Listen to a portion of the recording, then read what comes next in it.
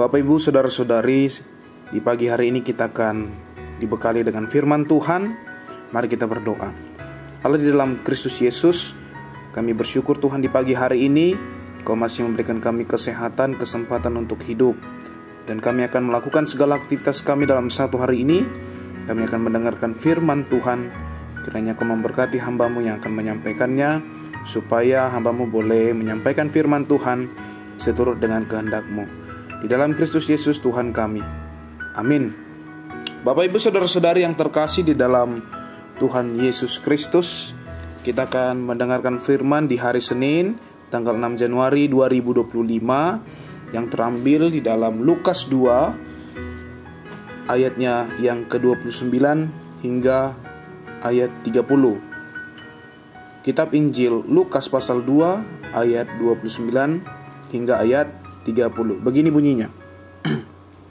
Sekarang Tuhan, biarkanlah hamba-Mu ini pergi dalam damai sesuai dengan firman-Mu, sebab mataku telah melihat keselamatan yang datang dari-Mu. Demikian firman Tuhan. Saudara-saudari yang terkasih dalam Kristus Yesus, sebagai informasi saja bahwa kitab Injil Lukas ini sejatinya hendak memberikan berita ataupun catatan mengenai pelayanan dan kehidupan Yesus Kristus Tuhan kita. Nah, kalau berbicara tentang kitab Injil Lukas, ini akan bermuara pada keberpihakan Yesus kepada orang-orang kaum termarginal. Narasi yang hendak dibangun dalam kitab ini yaitu pelayanan Yesus itu tidak jauh dari yaitu keberpihakannya kepada orang yang tidak berdaya, orang yang tidak dianggap oleh dunia ini. Maka dari itu, keberadaan ataupun eksistensi Yesus hendak membawa warna baru ataupun paradigma baru dalam memandang orang yang lemah dan terpinggirkan.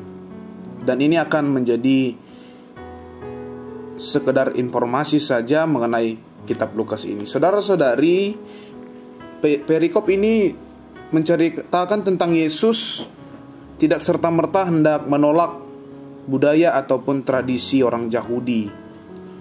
Kedatangan Yesus bukan hanya atau untuk mendekonstruksi setiap tatanan yang telah dibangun oleh orang Yahudi.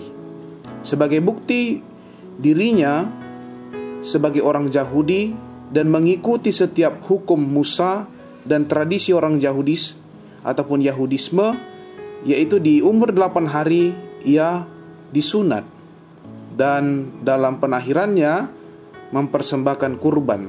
Artinya dia diserahkan kepada Tuhan di bait suci. Saudara-saudari, di kitab Injil ini ataupun Lukas 2 ayat 29 sampai 30 ini berbicara tentang tokoh yang bernama Simeon.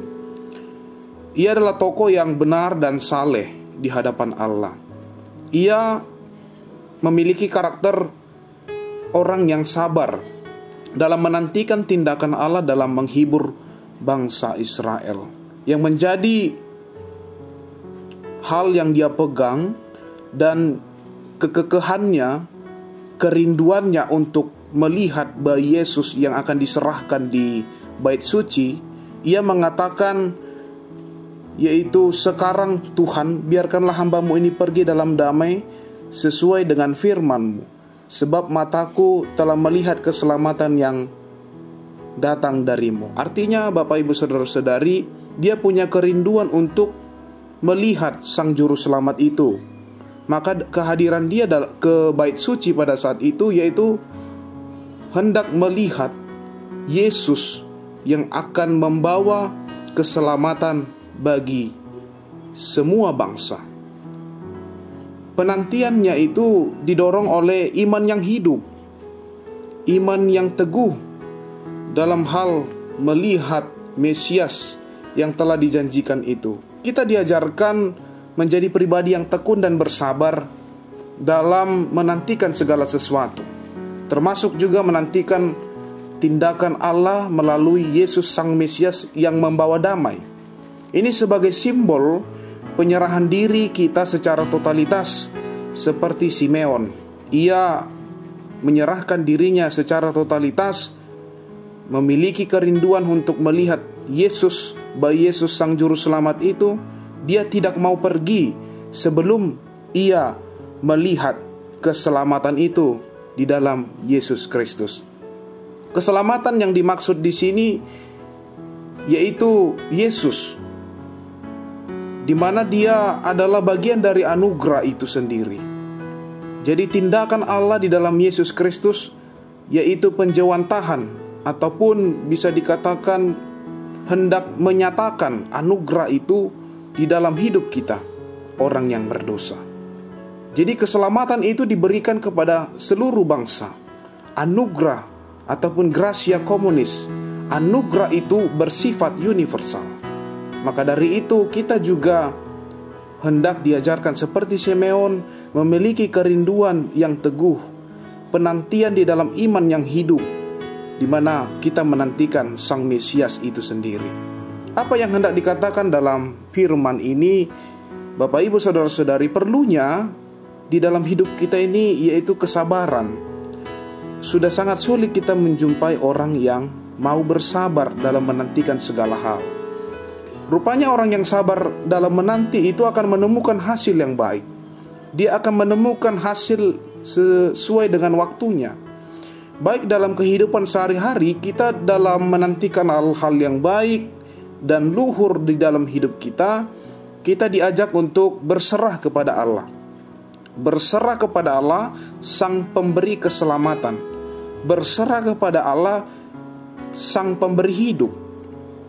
Nah, kerinduan kita dalam hidup ini, ataupun apa yang kita inginkan di dalam hidup ini, sejatinya kita harus menantikannya sampai Tuhan mau memberikannya seturut dengan kehendak dan keputusannya. Itulah yang menjadi anjuran bagi kita, yang boleh kita teladani dari seorang Simeon, di mana dia punya yaitu karakter yang baik, yang saleh, dan dia menjadi orang yang sabar dalam menantikan yaitu hal-hal yang baik dari Yesus Kristus.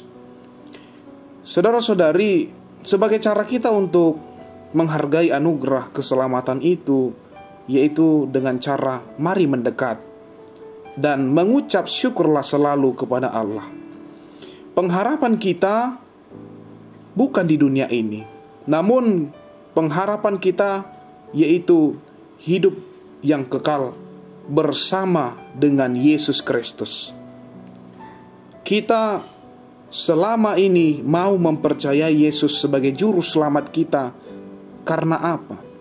Karena kita mengimani di dalam Yesus Kristus, di sanalah ada kehidupan yang kekal. Hanguluan naso rasuda, kehidupan yang kekal, kehidupan yang membawa kita kebahagiaan yang kekal. Maka dari itu, saudara-saudari, mari kita memaknai firman Tuhan ini dan melakukannya di dalam kehidupan kita sehari-hari. Amin. Mari kita berdoa. Bapa di dalam surgawi, terima kasih Tuhan buat firman-Mu di pagi hari ini, yang mengingatkan kami supaya menjadi orang yang mau sabar dalam menantikan segala sesuatunya dalam hidup kami. Di mana Simeon memberikan tauladan bagi kami menjadi pribadi yang sabar dalam menantikan Yesus Sang Mesias itu, dan mempunyai sikap kerinduan yang besar dalam melihat keselamatan itu di dalam Yesus Kristus. Kiranya kami boleh menerapkannya itu, memanfaatkan anugerah yang telah Engkau berikan sebagai cara kami untuk memaknai anugerah-Mu itu. Kiranya kami punya cara kami, yaitu mendekatkan diri kepada Tuhan, di mana kami menyerahkan diri kami secara totalitas. Biarlah apapun yang kami impikan di masa yang akan datang, kami hanya bersandar di hadapan-Mu saja. Jemaat-Mu dimanapun mereka berada, kami yakin dan percaya bahwa mereka di dalam perlindungan-Mu, dan Engkau yang akan memberkati setiap langkah kehidupan mereka. Kami serahkan ke dalam tangan pengasihan-Mu, di dalam Kristus Yesus Tuhan dan Juru Selamat kami yang hidup. Amin. Shalom, selamat beraktivitas. Horas Madihita Saluhut.